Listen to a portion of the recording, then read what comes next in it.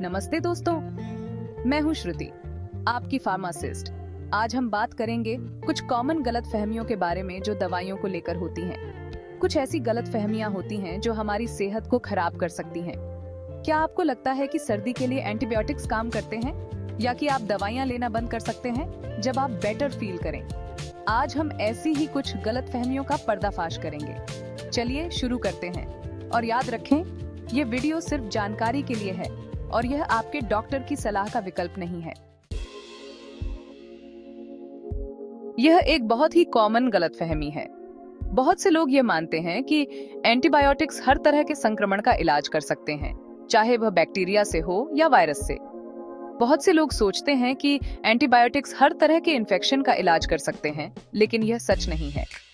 Antibiotics केवल bacteria से होने वाले संक्रमणों के लिए प्रभावी होते हैं, लेकिन यह सच नहीं है। सर्दी और फ्लू जैसे वायरल संक्रमणों पर एंटीबायोटिक्स का कोई असर नहीं होता है।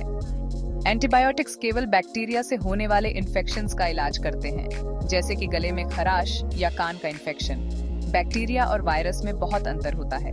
सर्दी और फ्लू वायरस के कारण होते हैं और एंटीबायोटिक्स का वायरस पर कोई असर नहीं होता है। वायरस और बैक्टीरिया के बीच का अंतर समझना बहुत महत्वपूर्ण है। वायरस और बैक्टीरिया में बहुत अंतर होता है। वायरस बहुत छोटे होते हैं और वे जीवित सेल्स के अंदर ही बियाराज सकते हैं, जबकि बैक्टीरिया स्वतंत्र रूप से भी जीवित रह सकते हैं। वायरस बैक्टीरिया से बहुत छोटे होते हैं और वे जीवित सेल्स के अंदर ही बियाराज सकते हैं। वायरस के कारण होने वाले संक्रमणों का इलाज एंटीबायोटिक्स से नहीं किया जा सकता। एंटीबायोटिक्स बैक्टीरिया को मारकर या उनकी ग्रोथ को रोककर काम करते हैं। वे बैक्टीरिया की संरचना को नष्ट कर देते हैं या उनकी वृद्धि को रोकते हैं। लेकिन क्योंकि वायरस अलग तरह से काम करते हैं, एंटीबायोटिक्स का उन पर कोई असर नहीं होता है। वायरस के खिलाफ एंटीबायोटिक्स बेअसर होते हैं। अगर आप वायरल इन्फेक्शन के लिए एंटीबायोटिक्स लेते हैं, तो यह आपके शरीर में मौजूद अच्छे बैक्टीरिया को नुकसान पहुंचा सकता है। यह आपके स्वास्थ्य के लिए हानिकारक हो सकता है। यह एंटीबायोटिक रेजिस्टेंस का कारण भी बन सकता है, जिसका मतलब है कि फ्यूचर में एंटीबायोटिक्स आपके लिए कम असरदार होंगे। एंटीबायोटिक प्रतिरोध एक गंभीर समस्या है, इसलिए अगर आपको सर्दी या फ्लू है तो एंटीबायोटिक्स न लें। इसके बजाय आराम करें और अपने शरीर को ठीक होने का समय दें। आराम करें, खूब सारे तरल पदार्थ पिएं और अपने शरीर को इन्फेक्शन से लड़ने का समय दें।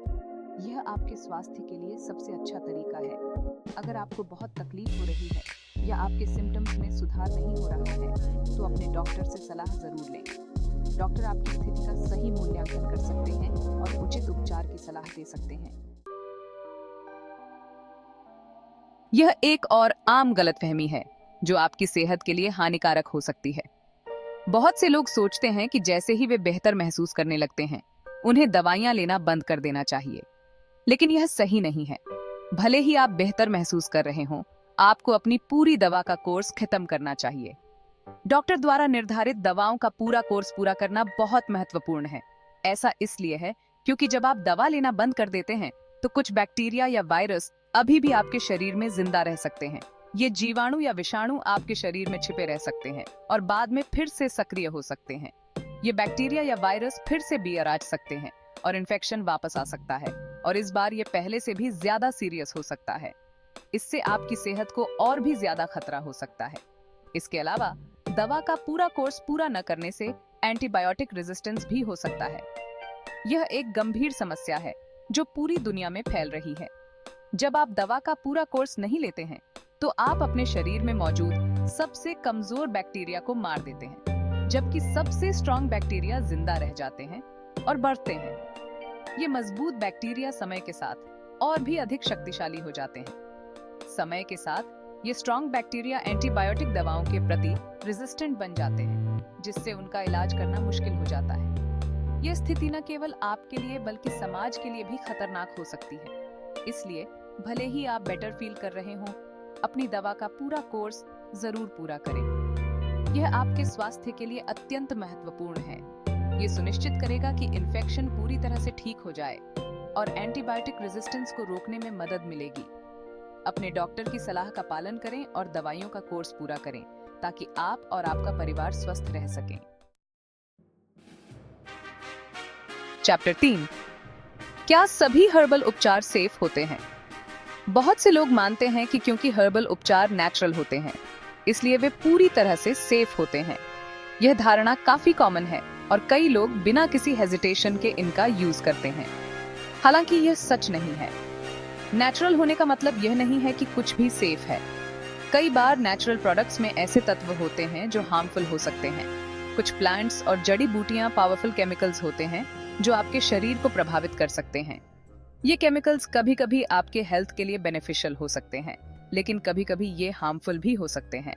कुछ हर्बल प्रोडक्ट्स का अदर दवाओं के साथ हानिकारक संपर्क हो सकता है, जिससे सीरियस साइड इफेक्ट्स हो सकते हैं। यह इंटरैक्शन कभी-कभी बहुत सीवियर हो सकता है और आपके हेल्थ को रिस्क में डाल सकता है। उदाहरण के लिए सेंट जॉन्स वॉर्ट, जो अक्सर डिप्रेशन के इलाज के लिए यूज किया जाता है, कुछ एंटी डिप्रेसेंट दवाओं के साथ इंटरैक्ट कर सकता है, जिससे सीरियस हेल्थ प्रॉब्लम्स हो सकती हैं।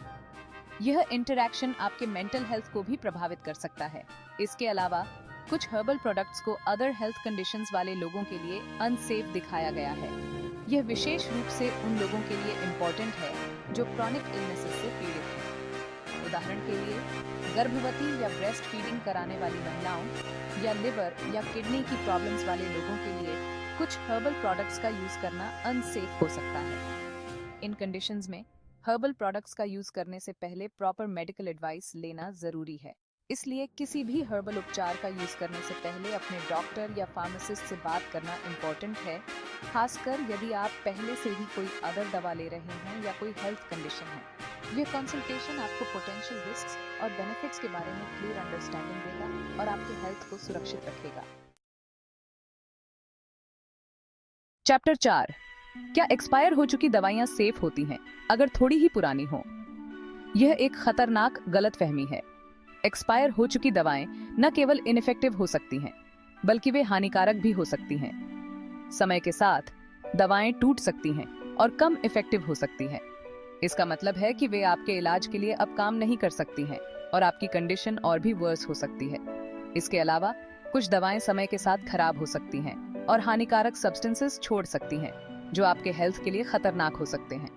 एक्सपायर हो चुकी दवाओं का यूज करने के रिस्क से बचने के लिए हमेशा एक्सपायरी डेट की जांच करें और किसी भी दवा का यूज न करें जो उसकी एक्सपायरी डेट से ज्यादा हो गई हो।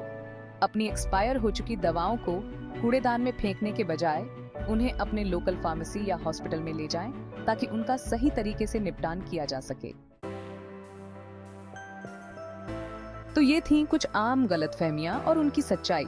याद रखें, आपकी सेहत सबसे जरूरी है, इसलिए दवाइयों का सही तरीके से और सही जानकारी के साथ यूज करें। अगर आपको ये वीडियो पसंद आया हो तो लाइक, शेयर और सब्सक्राइब करना न भूलें। और अगर आपके मन में कोई सवाल है तो कमेंट में पूछें। मैं आपकी मदद के लिए हमेशा तैयार हूँ। अपने हेल्थ का ध्यान रखें और सेफ रहें।